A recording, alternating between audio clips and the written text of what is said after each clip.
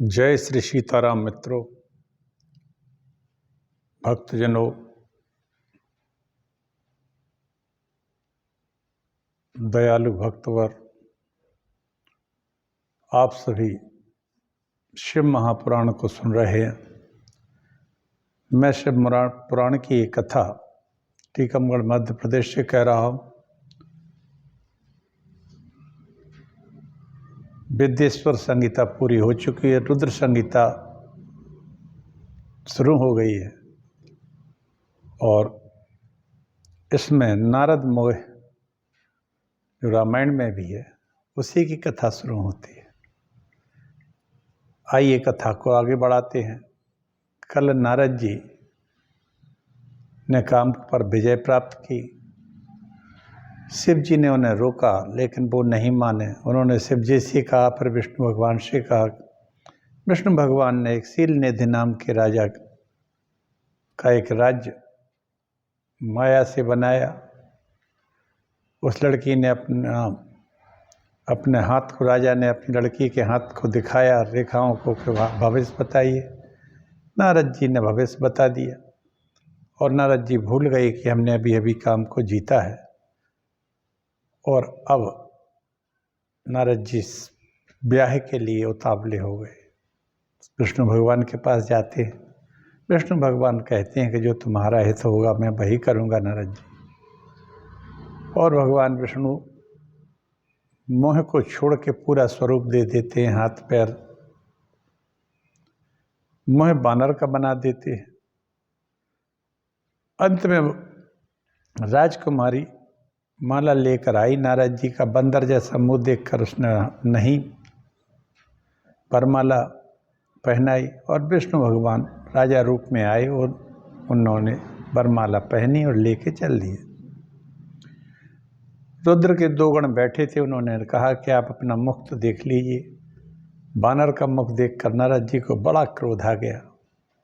अब ये क्रोध क्यों आया? मित्रों, आप ध्यान से देखें और गौर करें तो जहाँ काम आ जाता है वहाँ क्रोध जरूर आता है। क्यों कि ये दोनों एक ही परिवार के हैं। काम से क्रोध ही उत्पन्न होता है और फिर क्रोध और काम मिलके इनका तीसरा साथी लोभ भी आ जाता है। कमी रहती है तो मोह फिर आ जाता है और एक भ्रम की स्थिति बन जाती है। तो नारद जी को भी वही हुआ। काम से पीड़ित हो गए तो क्रोध आ गया और उन्होंने दोनों गणों को श्राप दे दिया राक्षस होने का। चलिए अपन एक छोटा सा मंगलाचरण करके और कथा को बढ़ाते हैं आगे। श्री गणेशाय नमः। भस्म संदिग्ध सर्वांगो रुद्राक्षाभरणान्वितः शिव शंकर सर्वात्मन श्री मातर जगदम्बिके। ओम नमोस्तु रामाय सा लक्ष्मणाय दिव्यै च तस्यै जनकात्मजायै। नमोस्तु रुद्रेन्द्रयमानिलेभ्यो नमोस्तु चंद्राग्नि मरुद्गणेभ्यः। अखंडमंडलाकारं व्याप्तं येन चराचरं तत्पदं दर्शितं येन तस्मै श्री गुरुवे नमः।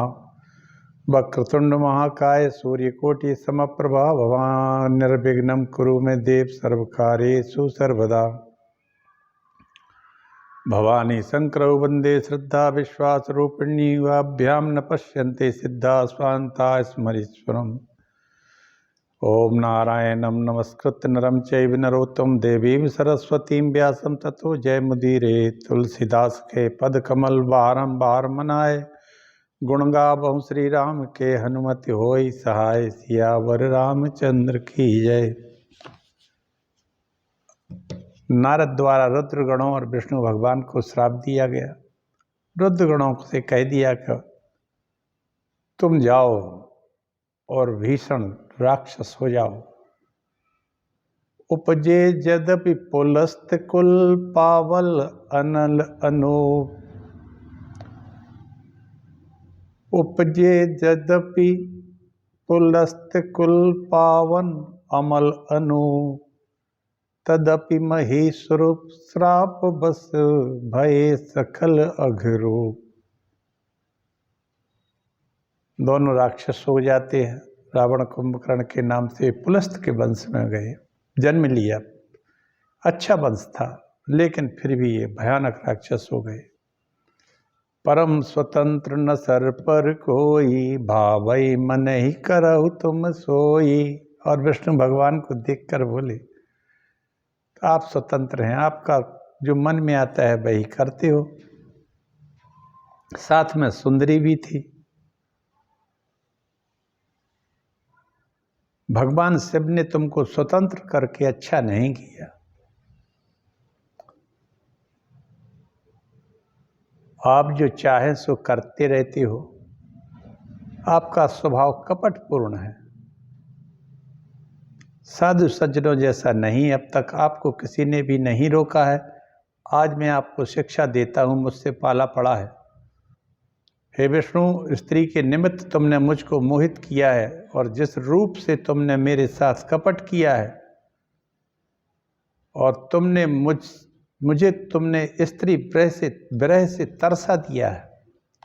बंचे मोहि जबनि धरि देहा, सोई तनु सरहु श्राप मम एहा।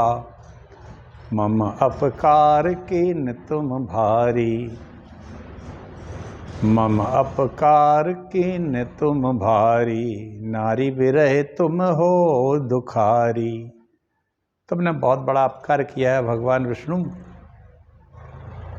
अब सुनो, जिस रूप में मनुष्य रूप से तुमने मेरा उपहास करवाया है, मेरी बेइज्जती करवा दी है, उस मनुष्य रूप में लीला करो। क्षीर सागर में ही अकेले मत रहो, वैकुंठ में अकेले मत रहो। जाओ मनुष्य के रूप में लीला करो, और मुझे स्त्री के निमित्त विरह व्यथा में डाला है। तुम स्त्री के वियोग में हुई घूमो। तुमने मेरा बंदर का मुख किया है, ये बंदर ही तुम्हारी सहायता करेंगे। जो मन में आया कहते गए नारद, श्राप पर श्राप देते जा रहे हैं भगवान विष्णु को, और विष्णु भगवान प्रसन्न होकर सुन रहे हैं। कपियाकृति तुम कीन हमारी, करिहई केस सहाय तुम्हारी।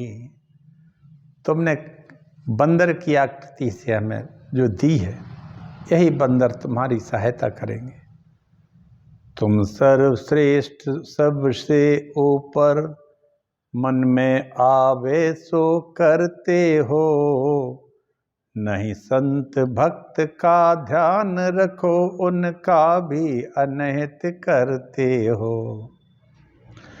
नारी के विरह में हे स्वामी, जिस तरह मुझे तरसाया है, ऐसे ही घूमोगे बन बन, तुमको यह साप हमारा है।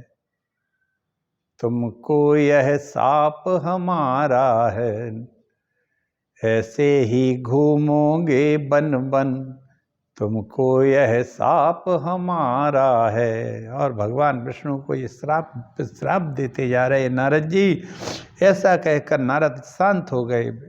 शिव जी की माया ऐसा ही कराना चाहती थी, इसलिए विष्णु ने श्राप को स्वीकार कर लिया। तदनंतर शिव जी ने अपनी माया का प्रभाव खींच लिया। माया के हटने से नारद को वहां नहीं तह रमा न राजकुमारी, वहां ना तो विष्णु थे ना राजकुमारी, कुछ नहीं था, सब अंतर्ध्यान हो गया। ना तो लक्ष्मी दिखाई दी ना राजकुमारी दिखी। तब विस्मित होकर व्याकुलता में पश्चाताप करने लगे, हे प्रभु मेरे अपराध को क्षमा करो। माया खींच ली भगवान ने। माया को खींचते ही आदमी अपने वास्तविक स्वरूप में आ जाता है। वास्तविक स्वरूप कौन है? ब्रह्म का ही स्वरूप में आ जाता है। माया हट जाएगी फिर क्या है? जीवन तो फिर आनंद का है। अब बड़ा तकलीफ होती है इनको, नारद जी को, लेकिन अब जाए तो जाए कहाँ? मृषा होई मम साप कृपाला, मम इच्छा कहे दीन दयाला। नारद जी कहने लगे, हे प्रभु मेरे द्वारा दिए गए सभी साप झूठे हो जाएं, कोई साप ना आपको लगे। ये होता है पछतावा। आदमी क्रोध में क्या क्या कह डालता है, भगवान को भी नहीं छोड़ा और दुनिया भर की बातें कह डाले, ये ऐसा हो जाए वैसा हो जाए। नारी के विरह में तुम भी घूमो, नारी के विरह में हे स्वामी जिस तरह मुझे तरसाया है और वैसे ही घूमोगे बन बन तुमको यह साप हमारा है।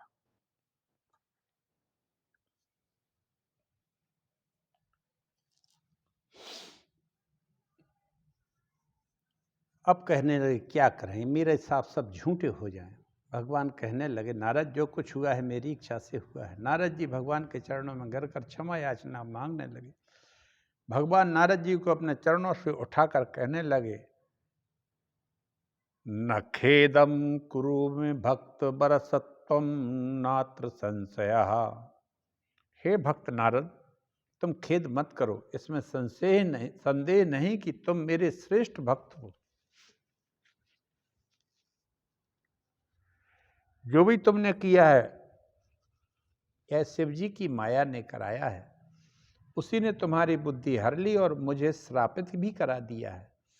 दरअसल क्या है कि नारद जी जिस हिमालय में जिस गुफा में तपस्या कर रहे थे वहीं शिव जी तपस्या एक बार कर चुके थे। उन्होंने काम आया था उस समय भी, तो उन्होंने काम को जला के भस्म कर दिया।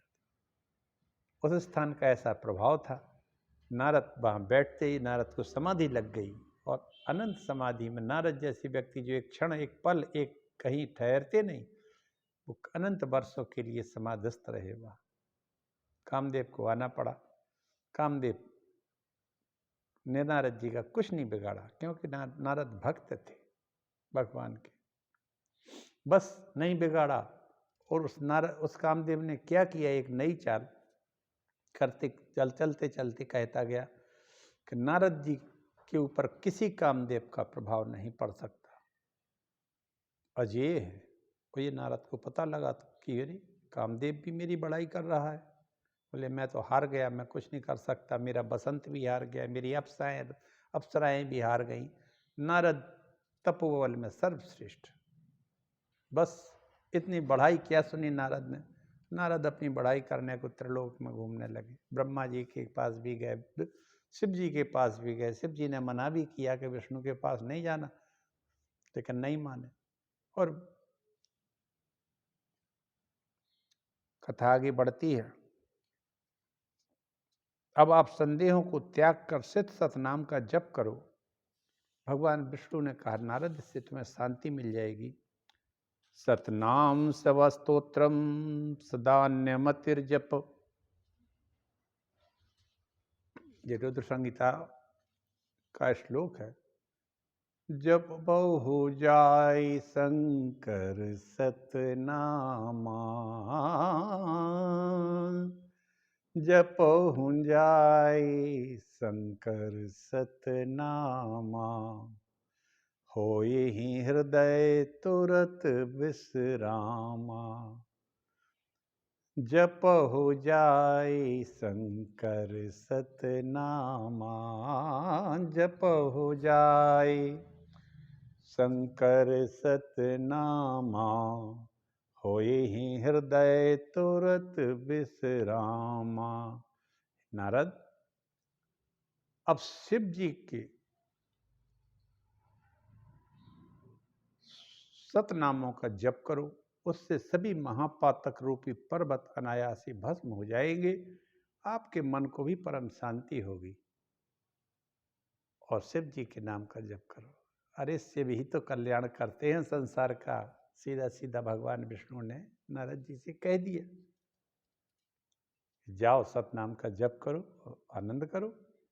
सूत जी कहते हैं ऋषियों, नारद जी ने कामदेव पर विजय तो पाई थी, लेकिन मन में अभिमान छा गया था बस।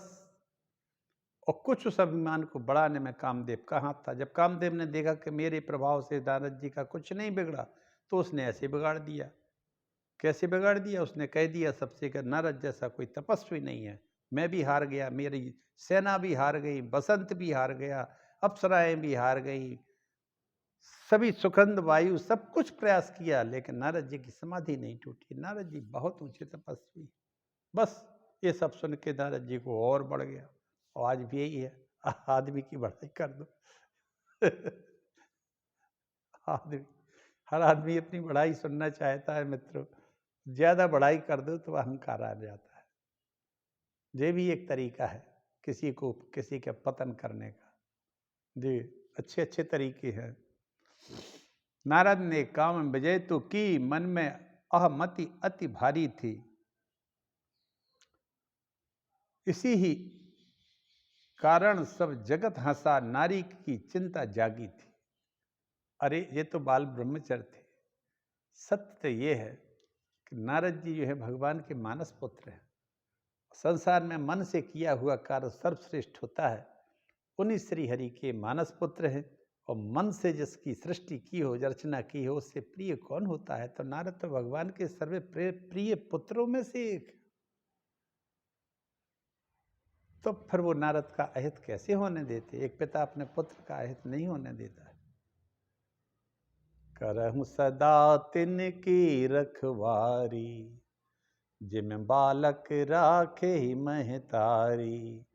उसकी ऐसे रक्षा करते हैं भगवान, जैसे माँ अपने बेटे की रक्षा करती है, ताप से, रोगों से, व्याधियों से, धूप से। ऐसे भगवान भी रक्षा करते हैं। वाह! तो भगवान ने रक्षा ही की थी नारद की। कैसे? अहंकार से। और ये काम जो उनके अंदर पैदा हो गया था। मित्रों, आज हम देखते हैं टीवी पर, सीरियलों में और इस मोबाइल पर काम का कितना भीषण विकृत रूप दिखाया जा रहा है। हमारी मातृ शक्तियाँ भारतवर्ष में बच्चियों को पूजा जाता है, माताओं का पूजन होता है मातृशक्ति का। लेकिन इसमें ना जाने कैसे कैसे कैसे कैसे क्या क्या दिखाया जाता है। नग्न स्त्रियां दिखाई जा रही हैं और ऐसे संबंधों के नाम पर इसमें नाटक खेले जा रहे हैं या क्या दिखाया जा रहा है। कोई कहता है माँ, कोई देवर, कोई भाभी, कोई जेठ, कोई बहू, कोई ससुर। इस तरह के टॉपिक पर ना जाने कैसे कैसे गंदे और अश्लील नग्न चित्र दिखाए जा रहे हैं। अरे भाई, ये बच्चे भी देखते हैं। वैसे दिखाना ही नहीं चाहिए। जरूरत क्या है इसके दिखाने की? इससे मिलता क्या है? हमारी संस्कृति का नाश करने पर तुले हो।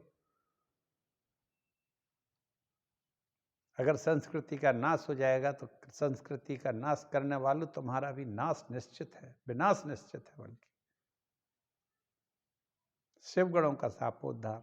सूत जी कहने लगे, विष्णु भगवान नारद जी को सांत्वना देकर तो चले गए। जब तब नारद जी धराधाम पर शिवलिंगों का दर्शन करते हुए विचरण करने लगे। शिवगणों ने नारद को शांत मन देखा तो शिवगणों ने नारद जी के चरणों में गिरकर शापोद्धार की प्रार्थना की कि महाराज, हमारे श्राप का क्या होगा? हम ब्राह्मण नहीं हैं, हम दोनों आपके अपराधी हैं, शिव के गण हैं हम। राजकुमारी के स्वयंवर में आपने हमारी मूर्खता या धृष्टता पर परेश की प्रेरणा से हमें श्राप दे दिया है। उस समय खराब समय जानकर हमने मौन रहना ही उचित समझा था। अब आप हम पर कृपा करके हमारे ऊपर कृपा करें, अनुग्रह करें। नारद जी कहने लगे, शिवगणों, निश्चय ही शिव जी की माया से ही मेरी मति भ्रष्ट हो गई थी। मोह बस मैंने तुमको और भगवान को भी श्राप दे दिया। अब मैंने जो कह दिया सो कह दिया, वह तो होना ही है। परंतु तुम मुनिराज के वीर्य से उत्पन्न होकर बड़े प्रतापशाली और ऐश्वर्यवान राक्षस होगे। तुम ऐसे साधारण राक्षस नहीं होगे। अब तुम किसी ऋषि मुनि के वीर्य से उत्पन्न होकर के बड़े प्रतापी राजा होगे। लेकिन होगे राक्षस। सर्व ब्रह्मांड राजानौ शिव भक्तौ जितेंद्रियौ, शिवा पर तनोर मृत्युम प्राप स्वम पादमाप्यस्यथः। समस्त ब्रह्मांड के राजा होकर शिव भक्त एवं जितेंद्रिय रहोगे। शिव के ही दूसरे स्वरूप श्री विष्णु के हाथों मृत्यु पाकर फिर आप दोनों अपने पद पर प्रतिष्ठित हो जाओगे। इस प्रकार नारद जी शिवगणों का शापोद्धार कर शिव तीर्थों का दर्शन कर काशी विश्वनाथ के दर्शन करके ब्रह्मलोक को चले गए। काशी गए, सब पहले सब तीर्थों में जाके शिव जी के दर्शन किए। इसके बाद काशी जाके बाबा विश्वनाथ के दर्शन किए और वहां से सीधे ब्रह्मलोक को चले जाते हैं। एक बार नारद जी ब्रह्मलोक में पहुंचकर ब्रह्मा जी का अभिवादन प्रणाम करके प्रश्न पूछने लगे, ब्रह्मदेव, आप मुझे शिव तत्व और अनेक प्रकार के चरित्र बताने की कृपा करें कि वह निर्गुण पुरुष सगुण कैसे हो जाते हैं हुए। सृष्टि के पूर्व में शिव जी किस प्रकार अपने रूप में अवस्थान करते हैं, मध्य में और अंत में कैसे स्थित होते हैं, किस प्रकार भक्तों को प्रसन्न होकर फल देते हैं। ब्रह्मा विष्णु महेश तीनों शिव के से ही प्रकट होते हैं। शिव ही परम स्वतंत्र, उन शिव का आविर्भाव तथा चरित्र का वर्णन करिए। उमा का आविर्भाव तथा शिव के साथ विवाह गृहस्थ लीला भी कहिए। पार्वती का विवाह और स्कंद जन्म का भी वर्णन करिए। नारद जी के इन प्रश्नों को सुनकर ब्रह्मा जी कहने लगे, नारद, तुमने लोकों के उपकार के निमित्त ही परोपकार की भावना से यह प्रश्न पूछे हैं। वाह! अब तुम उनके उसको उन सब के उत्तर सावधान होकर सुनो। जब महाप्रलय काल में स्थावर जंगम सब प्रलय हो गया था, तब सूर्य चंद्र ग्रह तारागणों के ना होने से चारों तरफ अंधकार ही अंधकार था। अग्नि, वायु, जल, दिन रात, पृथ्वी, जल सब कुछ भी नहीं बचा। प्रधान आकाश और दूसरा तेज भी नहीं था।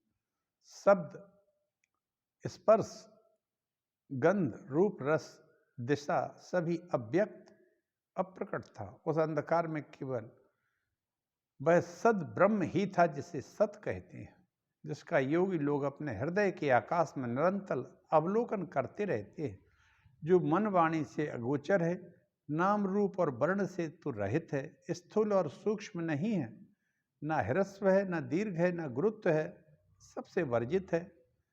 श्रुति भी जिसे सत्य स्वरूप, अनंत स्वरूप, परमानंद पुरुष, परम पुरुष कहती है, जो प्रभा रहित, आधार रहित, विकार रहित, आकृति रहित, निर्गुण, योगी, गम्य, सर्वव्यापक, एकाकार है, उसे दूसरे की इच्छा हुई। एको हम बहुश्यामः। ब्रह्म परमात्मा के अलावा न ब्रह्मा जी ने कहा कि कोई भी नहीं था, न दिशाएं, न पृथ्वी, सब विलुप्त हो जाती हैं प्रलय काल में।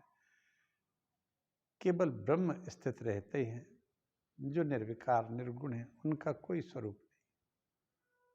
उनकी इच्छा हुई, एको हम बहुश्यामः, अकेले एक है, अब हम कई रूपों में प्रकट होना चाहते हैं। तब उस अमूर्त ने इच्छा से अपनी ही मूर्ति कल्पित की, जो सभी ऐश्वर्य गुणों से युक्त, शोभायमान, सर्वगामिनी, सर्वरूपा, सबको देखने वाली, सबकी आद्या, सब कुछ करने वाली, शुद्ध रूप वाली मूर्ति की कल्पना करके चिदात्मा, सर्वगामी, अविनाशी, पराक ब्रह्म अंतर्ध्यान हो गए। जो अमूर्त पर तत्व है वही सदाशिव है। जो अमूर्त पर तत्व है उसको सदाशिव कहते हैं। पंडित उससे सदाशिव कहते हैं, ईश्वर भी कुछ कहते हैं। उसने अपने ही शरीर से स्वच्छंद शरीर वाली अनपायनी शक्ति प्रकट की। वही शक्ति प्रधान प्रकृति गुणवती परामाया है। वही बुद्धि तत्व की जननी है, सभी लोगों की ईश्वरी है, तीनों देवों की भी जननी है। जो शिव जी ने अपनी एक सूक्ष्म प्रकृति प्रकट की, वह नित्या है, मूल कारण कही जाती है। इनकी 8 भुजाएं थी, पूर्णमासी के चंद्र के समान सुंदर मुख था, अनेक धारण के अस्त्र आयुध धारण किए थे, खिले कमल के समान नेत्रों वाली, सबको उत्पन्न करने वाली एकांकिनी, माया संयोग से अनेक प्रकार की थी। तब परम पुरुष ईश्वर, जिनका कोई ईश्वर नहीं है, सिर पर गंगा, माथे पर चंद्र, 3 नेत्र, 5 मुख, 10 भुजा, त्रिशूलधारी, कर्पूर गौरांग, भस्म धारण के हुए भगवान ने उस काल रूपणी शक्ति के संयोग से शिवलोक नामक क्षेत्र का निर्माण किया। उसी को निर्वाण देने वाला काशी क्षेत्र कहते हैं। आहा हा, क्या बात है! इस काशी क्षेत्र का निर्माण स्वयं शिव जी ने किया अपनी प्रकृति के आश्रित। शिवलोक नामक क्षेत्र का निर्माण किया, उसी को निर्वाण देने वाला, मुक्ति देने वाला, मोक्ष देने वाला काशी क्षेत्र कहते हैं। पराशक्ति के 10वें अंग में सुधा रूपी आसव, सत्य भाव व्यापार करते हुए त्रिलोकी में सुंदर एक पुरुष जिसकी कांति नीलमणि जैसी थी, उत्तम कमल के समान नेत्र और सुवर्ण के समान कांति थी। वह पुरुष प्रकट हुआ। वह पुरुष परमेश्वर शिव को प्रणाम करके बोला, हे प्रभु मेरा नाम काम भी तो बताए। शिव जी कहने लगे, व्यापक होने से तुम्हारा नाम विष्णु होगा। शिव शिवा से विष्णु प्रकट हुए और नाम उन्हीं से पाया है, उनसे ही शिव का लोक बना काशी नगरी को पाया है। शिव जी कहने लगे, तुम्हारे तो अनेक नाम होंगे, अब आप तप करो। ऐसा कहकर शंकर जी ने श्वास मार्ग से उनको वेद प्रदान किए। अब अच्युत ने 12 वर्ष तक तप किया, 12 वर्ष तक, परंतु शिव जी का दर्शन नहीं हुआ। तब वे चिंता करने लगे। तभी आवाज सुनाई दी, संशय त्यागो तप करो। उसे सुनकर बहुत काल तक फिर तप किया। बहुत समय बाद ब्रह्म ध्यान मार्ग में विदित हुए। तब विष्णु प्रसन्नता से विस्मय को प्राप्त होकर सोचने लगे, यह तत्व क्या है। तभी उनके शरीर से शिव की कृपा से जल की धाराएं निकलने लगी। तब वह जल शून्य रूप में व्याप्त हो गया और विष्णु मोहित होकर उसी जल में पड़े रहे, शयन करते रहे। इसी कारण उनका नाम नारायण पड़ा, क्योंकि उस जल का नाम है नार और आयन कहलाता है घर। तो नारायण, उसमें जो रहने वाला है वो नारायण, विष्णु भगवान का घर है। नारायण कहने लगे। और हम सब कीर्तन भी करते हैं, श्रीमन नारायण नारायण नारायण, श्रीमन नारायण नारायण, लक्ष्मी नारायण नारायण नारायण, श्रीमन नारायण। उस समय प्रकृति पुरुष के बिना और कुछ नहीं था। उसी समय प्रकृति से महान और महान से 3 गुण, उनसे अहंकार, गुण भेद के गुण, और उससे तन्मात्राएं, 5 भूत, 5 ज्ञानेन्द्रिया, 5 कर्मेंद्रिया, इस प्रकार 24 संख्या वाले तत्व शिव की इच्छा से ग्रहण कर ब्रह्म रूप जल में शयन करने लगे। ब्रह्मा जी कहने लगे, हे नारद, उन शयन करते हुए नारायण देव की नाभि से एक कमल प्रकट हुआ। बड़ा विशाल कमल था जिसकी नाल अनंत थी। मैं उसी नाल से रक्त वर्ण, 4 मुख और त्रिपुंड से शोभित हुआ। मैं कौन हूँ, कहाँ से आया हूँ, किसका पुत्र हूँ, कुछ नहीं जान पाया। इसका पता लगाने को मैं कमल नाग को पकड़े 100 वर्षों तक नीचे गया, लेकिन अंत नहीं पाया। फिर ऊपर की तरफ देखने लगा, 100 वर्ष ऊपर चढ़ता रहा, परंतु फिर भी नहीं अंत मिला। तब मोहित हुआ। तब मुझे स्पर्श वर्ण का 16वां ता और 21वां पा वर्ण सुनाई दिया। माने तप, तपाहा, तप करो। उससे सुनकर मैंने 12 वर्षों तक घोर तप किया। तब मुझ पर अनुग्रह करने के लिए भगवान शिव विष्णु रूप से 4 भुजा, शंख चक्र गदा पद्म धारण किए। शिव विष्णु रूप से 4 भुजा वाले शंख चक्र गदा पद्म धारण किए आकर्षक छवि से पीतांबरधारी प्रकट हुए। वो मुझे देखकर कहने लगे, अब मैं यह सब देवों का ईश्वर हूँ, यह चराचर जगत मुझ में ही जानो। ब्रह्मा ब्रह्मदेव, मैंने ही 24 तत्व से यह अव्यक्त निर्माण किया है, उनमें नित्य अनुबंध है। उससे क्रोध भय आदि की सृष्टि हुई है। मेरे ही प्रभाव से आप और लीला से सब अंग हुए हैं। मैंने ही बुद्धि निर्माण की है। उससे इस प्रकार का अहंकार, उससे तन्मात्राएं, उनसे मन, देह, इंद्रियां, आकाश, भूत, भौतिक पदार्थ लीला से ही निर्माण मैंने किए। अतः ऐसा जानकर हे ब्रह्मा, तुम मेरी शरण को प्राप्त हो जाओ, मैं तुम्हारी सभी तरह से रक्षा करूंगा। ब्रह्मा जी को इस तरह से भगवान शिव ने समझाकर कहा कि मेरी शरण में अब आ जाओ, अब मैं तुम्हारी रक्षा करूंगा। और इसी के साथ में कल की कथा शिव महापुराण की आगे कहूँगा, ज्योतिर्लिंग का प्राकट। आप सभी को शिव पुराण सुनने में आनंद आ रहा होगा। आनंद आता ही, शिव जी की कथा है, शिव जी की लीला है, शिव जी के कई अवतार हैं इसमें जो आगे आएंगे। और ये नारद मोह पूरा हुआ और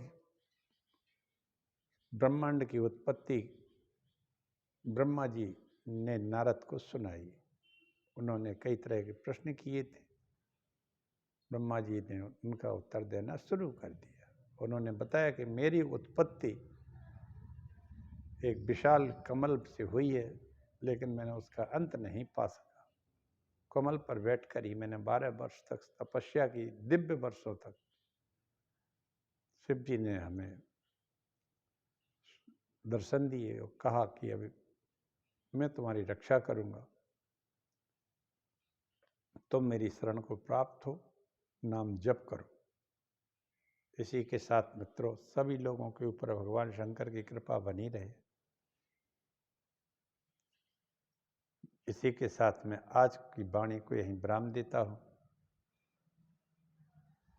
भगवान भोलेनाथ भोले भंडारी हैं, वो सब कुछ दे देते हैं, जिसको जो चाहिए हो। शिव जी के ऊपर चढ़े हुए जल को अवश्य पीना चाहिए चरणामृत के रूप में। सबसे श्रेष्ठतम महामृत्युंजय रूपी अमृत है वो। बकाया शिव के अनेक रूप हैं और अनेकों तरह के कामनाओं की, मनोवांछाओं की प्राप्ति के अनेकों रूप हैं, अनेकों के तरीके हैं। उन सब की गहराई में न जाते हुए इतना ही कहूँगा कि भगवान शिव की जो पाषाण की मूर्ति होती है वो श्रेष्ठ है, और मिट्टी के बने हुए शिव सर्वश्रेष्ठ है। पाषाण मूर्ति की रोज अर्चना करिए। ओम नमः शिवाय, गंगोत्री, यमुनोत्री, कृष्णा, कावेरी, गोदावरी इत्यादि मंत्र का जप करके भगवान शिव को चढ़ाइए और उससे जल को जरूर पान कीजिए। मित्र ओम मृत्युंजय महारुद्र इत्यादि कहते हुए जप को पान कीजिए। आपके सब क्लेश मिटेंगे, पापों का क्षरण होगा। और भगवान तो भोलेनाथ हैं, कब कैसी कृपा कर दें कौन जानता है। जय श्री राम मित्रों, सभी भक्तों की जय हो, भगवान की जय हो और भगवान सब पर कृपा करें। वंदे मातरम। जय श्री राम।